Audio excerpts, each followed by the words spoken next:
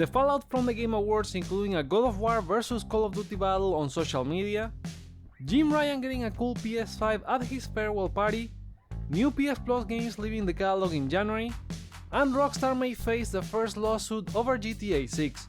All that and more in today's PlayStation news. Let's get to them. Let's start with a quick recap of all the Game Awards winners, as Baldur's Gate 3 swept the competition, taking a total of 6 awards, including Game of the Year, Player's Voice Award, Best Performance with Neil Newborn as Astarion, Best Community Support, Best RPG, and Best Multiplayer Game. It was followed by Alan Wake 2 winning 3 awards, with Best Narrative, Best Art Direction, and Best Game Direction. Both Baldur's Gate 3 and Alan Wake 2 entered with the most nominations, 8 each, and left the most awarded, but sadly the third game with the most nominations, Spider-Man 2 with 7, left the night with no awards. It's a testament to how competitive the year has been, and Insomniac should not feel ashamed as they made a great game that ended up being recognized enough to get into the show. PlayStation Productions took one award in the form of Best Adaptation with The Last of Us TV series. Other PlayStation console exclusives winning were Final Fantasy XVI with Best Score and Music, Final Fantasy VII Rebirth as the most anticipated game, Chia the Games for Impact Award, and Resident Evil Village PSVR 2 mode for Best VR AR game. The rest of the awards ended up like this: Best Audio Design Hi-Fi Rush, Best Ongoing Game Cyberpunk 2077, Best Indie Game Sea of Stars, Best Mobile Game Honkai Star Rail, Innovation in Accessibility Forza Motorsport, Best Sports Racing Game Forza Motorsport, Best Action Game Armored Core 6, Best Action Adventure Game The Legend of Zelda Tears of the Kingdom, Best Fighting Game Street Fighter 6, Best Family Game Super Mario Bros. Wonder, Best Sim Strategy Game Pikmin 4, Content Creator of the Year Iron Mouse, Best Debut Indie Game Cocoon, Best Esports Game Valorant, Best Esports Athlete Faker, Best Esports Team JD Gaming, Best Esports Coach Potter, and Best Esports Event 2023 League of Legends World Championship. Congratulations to all of the winners.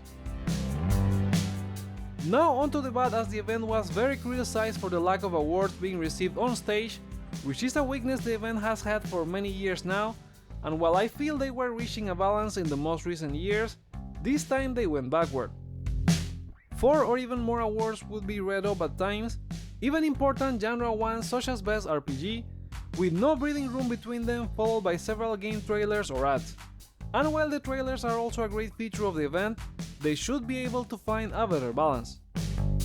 The show was also blasted online for not pointing out the number of layoffs the gaming industry has faced this year, and even more for limiting award winners' speech time, prompting a "please wrap it up" teleprompter in the auditorium. The move was made to ensure that the event stayed on schedule, but it was perceived as disrespectful to winners who couldn't properly thank their teams, taking away from the event's meaning as an awards show.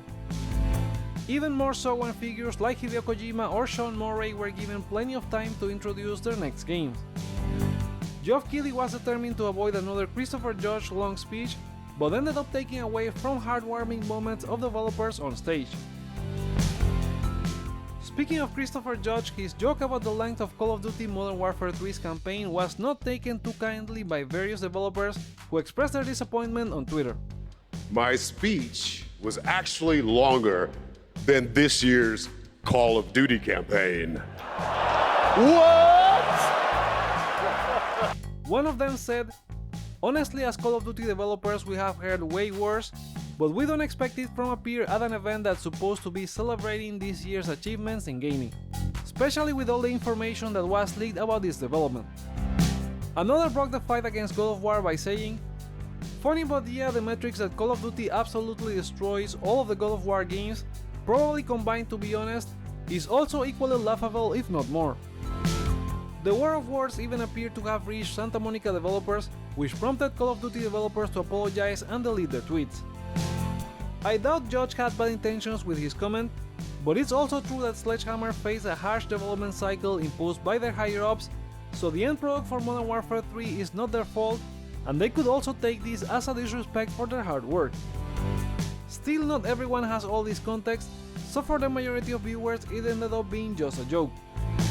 What do you think about this issue? Share your opinion in the comments below.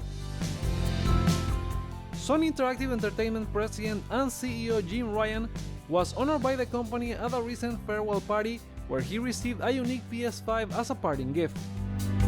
It was a PS5 theme after the original PS1 with the same theme box, grey tone, and even a DualSense PS1 theme controller that had the classic port as a USB adapter.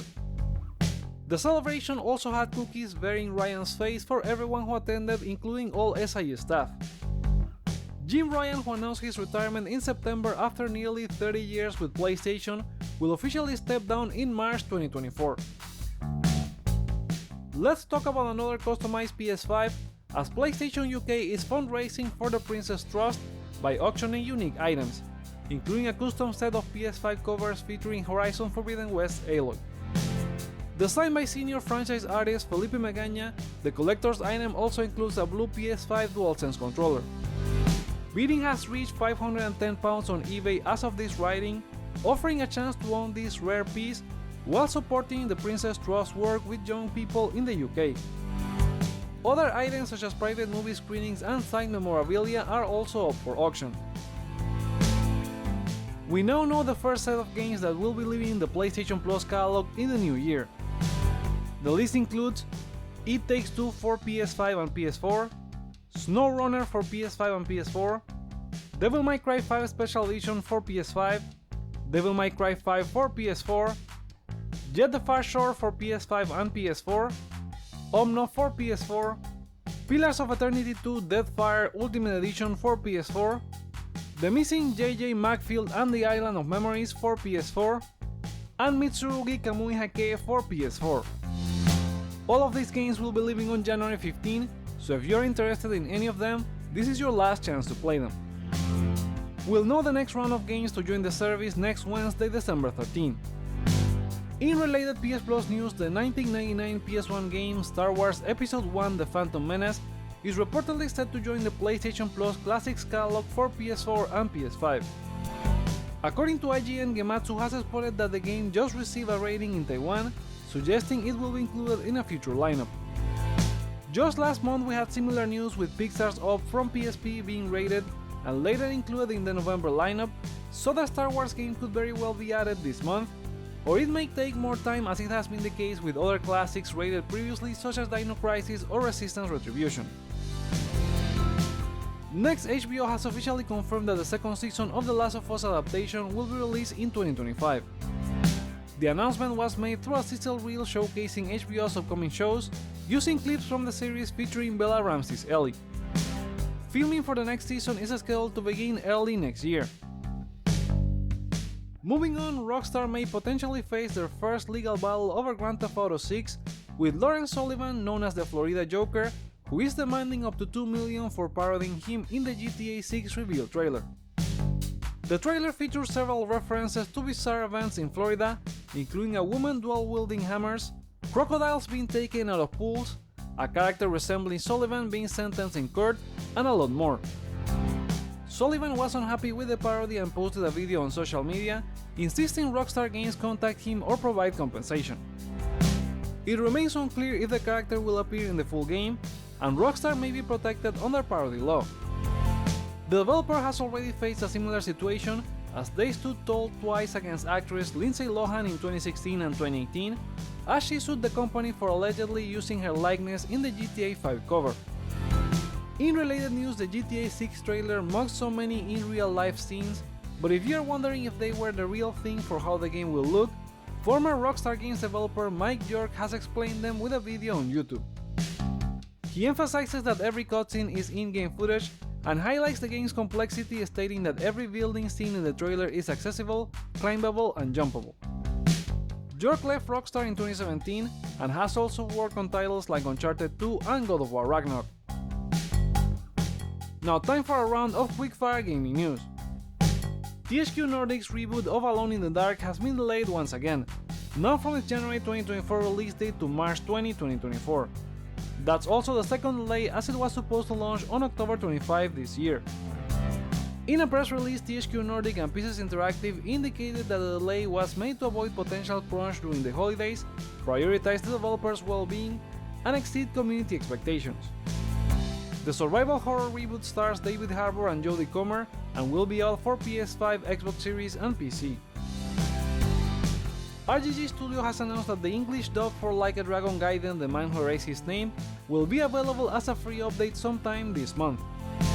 They announced it on Twitter but didn't say any date, only to stay tuned for more updates. The English dub features YouTuber and voice actor Young Ye as Kazuma Kiryu.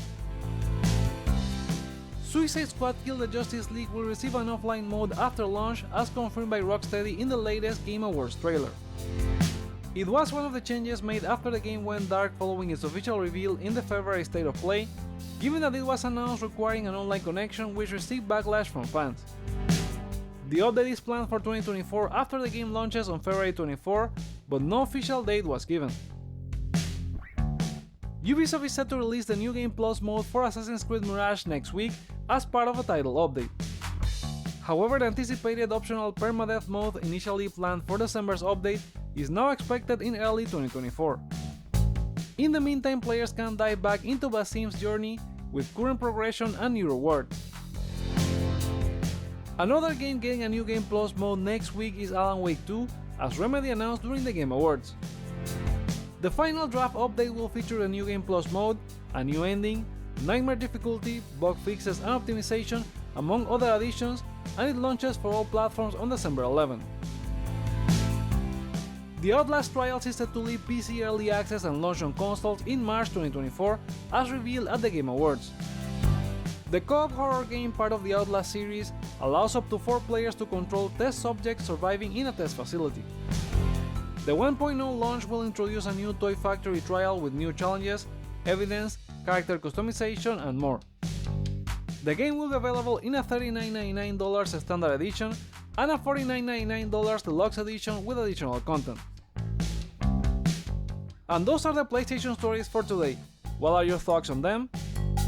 Let us know in the comments below, give this video a thumbs up or down to let me know your feedback, check out more content you may like as well, such as all the PlayStation related announcements from the Game Awards, and subscribe for more on PlayStation. Thank you so much for watching, my name is Joseph, this is Hype for Games, and let's get hype!